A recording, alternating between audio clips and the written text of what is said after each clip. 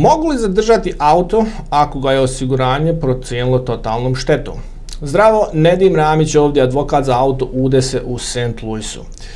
Često dobijem ovo pitanje od klijenata koji su u auto udesu i nakon udesa osiguranje izađe i pregleda auto i kaže ovo auto se ne može više popraviti, to jeste totalna šteta ili kao što mi zovemo totalka. I onda mene klijent pita, pa Nedim, mogu li ja zadržati to auto?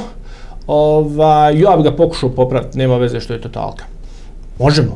Možemo zadržati to auto, međutim ne možemo dobiti tu vrijednost koju nam osiguranje procjenjuje to auto. Primjer, ako osiguranje izađe i procijeni da je to auto vrijedno $10.000, ako želimo zadržati to auto, osiguranje će oduzeti, hajde recimo $1.000. Zašto?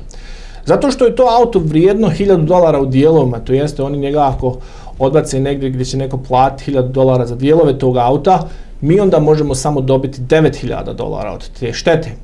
Znači, kratak odgovor na pitanje da li možemo zadržati auto ako ga osiguranje procijeni da je totalna šteta, jeste možemo, međutim dobit ćemo manje novca nego što je auto vrijedno.